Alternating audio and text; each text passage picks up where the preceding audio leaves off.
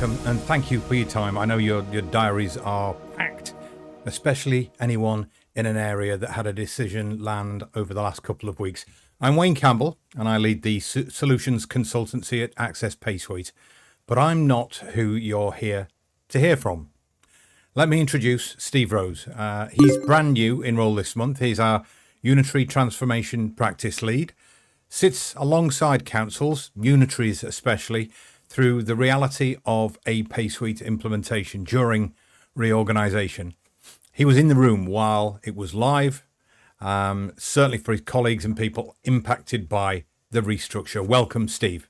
Before we dive in here, let me outline the next 20 minutes and then hopefully around about 10 back in the room. There's a Steve 3-minute landscape, fireside chat. That's what the council's actually told us, and that's unguarded and open. A recorded demo just to introduce you to the new Access Evo platform, which is basically our response to local government restructure using the latest technology, and then 10 minutes or so of your questions and any other follow-up you'd like following that. Before I bring Steve in, though, let me take 30 seconds or so on where we all are, because it moved again about 2 weeks ago or so. On the 16th of July, the central government set out a new wave of reorganisation decisions in Parliament. With those, 19 of the 21 areas now have a decision and structure on the table. In the areas settled so far, 138 councils have become 38, and that's local government redrawn for around 15 million people. So if you're from Nottinghamshire, Derbyshire, Leicestershire, or any of the areas confirmed a couple of weeks ago, the question is whether this whether this happens is behind you. Now what you've got to do is plan for the date. For most areas, the new council elections will be next May. Shadow authorities will be put in place in the second half of 2027 and vesting day on the 1st of April 2028, and it will be here before you know it. It's amazing how time disappears when you don't have it. And here's what every one of those programs has in common. All of those organisations in there and their constituent parts planned for transformation. The new structure, new brand, new operating model, that work planning for it should be well underway, and it could be visible. What most authorities don't do is plan for the dependency that surfaces about 6 months in and quietly reshapes the whole programme. So certainly more often than not, and that dependency is payments. The gap we want to talk about today, and Steve's going to show you and talk about why, is bigger than it looks. So Steve, please, if you could set the scene for us. Thank you, Wayne, for that introduction. I'll be quick here because the interesting part is the conversation that follows. I've seen every reorganising council is standing in the same place that I have been. 3 pressures at once and 1 short window to act. What we see is budgets tightening, demands rising, and it's always been the case with all councils that I've seen. The subtler trap is transformation expected to deliver savings, but most programmes are still measuring activity. What we see is discovery meetings held, systems configured and implemented, and projects closed. And that's motion, and motion isn't money. The government's position has hardened, and the week of the 16th of July's announcements are the proof. It's now, decide yourselves, or we decide for you. The pace and political intensity nationally and locally are unlike anything councils have faced in years. This is the one people underestimate. LGI isn't a project with a finish line. One council we worked with formed in 2019 and is still completing consolidation this year. Day one isn't the finish line, it's the start. So that's the pressure. Now, it would have been easy for us to tell you what we think, but instead, PaySuite went and asked what mattered most to you. Over to you, Wayne. This is always my favourite part, so let's actually get into it. Steve, before we get into the themes, people should know we didn't send out a survey or wait to respond to a tender. Please, from memory, if you can, tell everybody what we actually did. No survey. We, which I have to remind myself now that I'm part of, PaySuite structured discovery sessions with 3 unitary councils, BCP, Buckinghamshire, and the one I'm most familiar with, which is Somerset, which recently went through a restructure, and the one I'm most familiar with. The approach was and felt deliberate. The PaySuite team were told, don't go in to validate the products, go and understand the actual experience of transformation and discovery in their own words. What was generally hard? What would they have done differently? And here's what struck me. 3 separate organizations, 3 separate conversations, no shared script between them, and 3 themes came up independently in every single one, including my personal experience in Somerset. So based on that one, Steve, let's take them one at a time. If we look at theme 1. Every plan is built on what's visible. In reorganisation, most of the risk isn't visible yet. It's hiding in what's nobody's mapped, scoped or identified. And payments is usually where it surfaces as an issue first. From the reviews, 2 concrete examples. BCP inherited 3 separate income management systems. Buckinghamshire had 4 cash receipting systems across 5 organisations. Nobody had that fully documented going in. The line that struck with me in review was from BCP. Their clear day 1, the fact that residents' payment references still worked. They told us that was partly luck. Their words, the reference architecture was fortunate, not designed. And then they said the thing that became our whole point, that luck should be made by design. So waiting for someone whose program is already underway, what's the question they walk out from this session and ask tomorrow morning, Steve? One question, does income management ever appear on a dependency map or risk register? If it doesn't, that's not a gap in the map, that's a gap in the plan. Yeah. Integration problems are almost never a technology problem on the day. They're discovered downstream for decisions made years earlier, and by mid-program, your room to maneuver is already narrowed. From experience, I've learned this from who procures the system to who then delivers the system. The sharpest example with hindsight was Somerset. They set up a brand new finance system on day 1, at the same moment as the transition itself. On reflection, this was, and with hindsight, an avoidable mistake. To be fair, Steve, and I'll bring myself shocked to screen now. It's a really striking thing for a senior leader to say out loud for their own project. It is. And the lesson isn't finance systems aren't necessarily bad, it's the sequencing. Whether something operates and functions has to be a procurement requirement at the start. What I tend to find from experience is a problem you hand to an implementation team months later. The friction is rarely the payment technology itself. It's everything it connects to. The finance system, CRM, service apps, the legacy platforms that nobody fully documented at the beginning. So looking at theme 3, and this one, I presume, is uncontrollable. You can't improve things you haven't scoped and measured. Correct. None of the 3 councils had meaningful baselines at formation. None set explicit KPIs for income at day 1. So all 3 are now trying to prove improvement against a reference point that was never captured. That's structurally very difficult. And underneath it, there's money leaking that nobody owns. There's things like abandoned digital journeys, failed direct debits, friction that quietly loses revenue. When nobody owns the end-to-end journey, nobody sees the leak. And I presume the number that lands is the one on screen there, 3 full-time employees down to 4 hours. That really, really hits home, Steve. Okay, great example is BCP's income reconciliation. 3 full-time people down to effectively automated a few hours a week. They framed it perfectly. Cost savings is abstract. Income rec going from 3 FTE to 4 hours a week is real.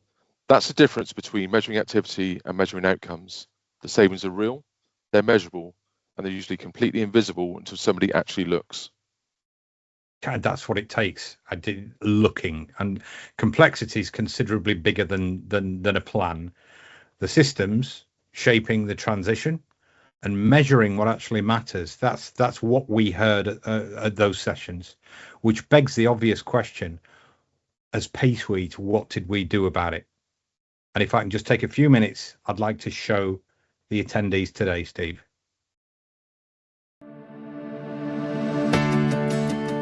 Over the weekend, the Unitary has restructured. We've now got a new organisation and a new way of working with Access Evo. So let's begin with logging on using single sign-on and Access Evo. Historically, when Sarah logged on, she would have had to go to multiple line of business systems to gain the information required to be able to do her normal morning job. Now, everything is on her command centre. The actions required allow Sarah to focus on the work that's most important to her. So let's start with emails. So we have 3 urgent emails that are logged up. So I can respond to them very quickly, responding to Paul and sending back immediately. Following this, you can see that Sarah has some exceptions she needs to deal with. She can process these now in Copilot, the AI engine behind Access Evo, selecting the batch of transactional data she needs to deal with. Then, using simple language, Sarah can ask for more information or deal with the data as she needs to and views on screen. From this particular import, there are 2 transactions that need to be dealt with, and we can see from the reference number and the narrative within the import, I can correct and allocate this income to the required line of business and account number without having to come out of the system. So let's do that now. And confirm based on the suggestion and probability that that is the correct account. If I check my feed panel, there is a record of the exception I've cleared moments ago, but it's also highlighted the fact that I've got 25 exceptions that are still outstanding across all of the bank imported batches. So if I view those and go back to one of the early ones, let's say batch 2931, that once again gives me a number of suggestions and items I need to deal with. I don't have time right now, so what I'm going to try to do is clear them all in one go.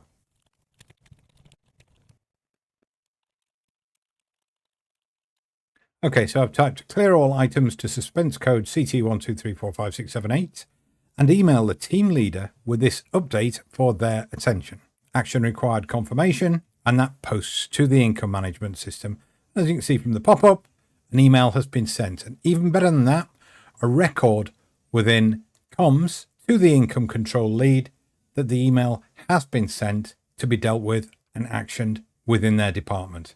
As I make my morning coffee, I know I've got a report to create, and that's basically popped up on my actions required dashboard. Or if I go into Evo Copilot, the AI tool, and have a look at my analytics skills, from there I can see there is a headline item for me to deal with, and that, based on the data within data and analytics that Evo holds, shows collection is 96.2 against a 96% target, and our arrears are down 4% on last quarter. So things are going in the right direction. AI is now asking me a question. Shall I open the full Q4 income report for Cabinet? Once again, plain language, yes please. Historically, I would have had to run reports from spreadsheets, exports from line of business systems, and gain access to additional data from our IT team. That would have taken hours, if not days. But now I've got the report immediately to hand, and from the user interface, based on the highlights and the data that's created, I can email that directly to my colleagues as a PDF attachment and send. Job done. Once again, saving hours, allowing me to concentrate on strategies and ways of making both the team and the outcome for our citizens work in a considerably better way. Someone had found Sarah's direct line telephone number online. So to deal with the issue, I've got to find out exactly what they need. And it's something as simple as a wheelie bin, which could have been facilitated self-service online, but I'm speaking to the customer now. I'd rather just deliver the service rather than just direct them. But I'll use the service to show them how easy it would have been for them to do it themselves. So if I go to products and income management, that logs me on seamlessly to my income management application without having to log on to the solution as a separate application. Select payments and account. Select from the list of funds I take payments for. This is a miscellaneous item. Miscellaneous is service-based, so it allows me to pay for goods and services without creating an invoice or sundry debt to manage that income. But importantly, what we're going to see is the delivery of service at the same time. Selecting that from cost center, subjective and objective codes allows me to add the item by workflow. The name and address detail I've got from line of business data from the council tax system. I can now add this to my shopping cart. Now, let's discuss how we can make this simple for the customer, secure as far as credit and debit card information is concerned, but also repeatable, so the client can basically self-learn, self-service, and assist them, allowing us to be able to provide the service without them having to call either the call center or myself. I select Click Pay, make sure I have a method of communicating with the customer, so I have email address and telephone number, and send them a direct, secure link. I have access now to a monitor on screen that shows the progress the customer is making. The link has been accessed, so I know the customer's opened the email. This is an example of the screen they would receive. Okay, Mr. Campbell, if you could just now press the Pay Now button, we'll be able to carry on and complete the transaction. And that's exactly what you would have done online. I can now see Mr. Campbell's up to making a payment. This, once again, is the customer screen I wouldn't have access to or see for security purposes. The customer selects their preferred method of payment and friction-free, they complete the transaction. Importantly, as we saw from the pop-up on the bottom of the screen, an email has been sent internally to the department that has to deliver the service. I can now see that in more detail by returning to Evo. I now have an action, organise wheelie bin delivery. So I could have passed this over to the department that delivers those services. It is also in my feed. A workflow has been created and started based on the payment that I've initiated. And that could have been self-service, over the phone, or face-to-face. I select that workflow. Now, this allows me to deliver the wheelie bin directly to the customer without involving anybody else internally, dealing with the customer's issue in one single transaction. They like the delivery in the afternoon and they would like it on the 31st. Schedule delivery and done. That's complete. Transaction dealt with in one single workflow using automation. Feed and delivery is now updated. The wheelie bin delivery is scheduled. I can now go get the second coffee of my day and deal with more issues of my working day within my newly formed unitary authority in a much more streamlined way, allowing me to deliver service and work with my colleagues more efficiently. More information on these tools and Evo as a whole over the next few weeks and months. I'll speak to you soon.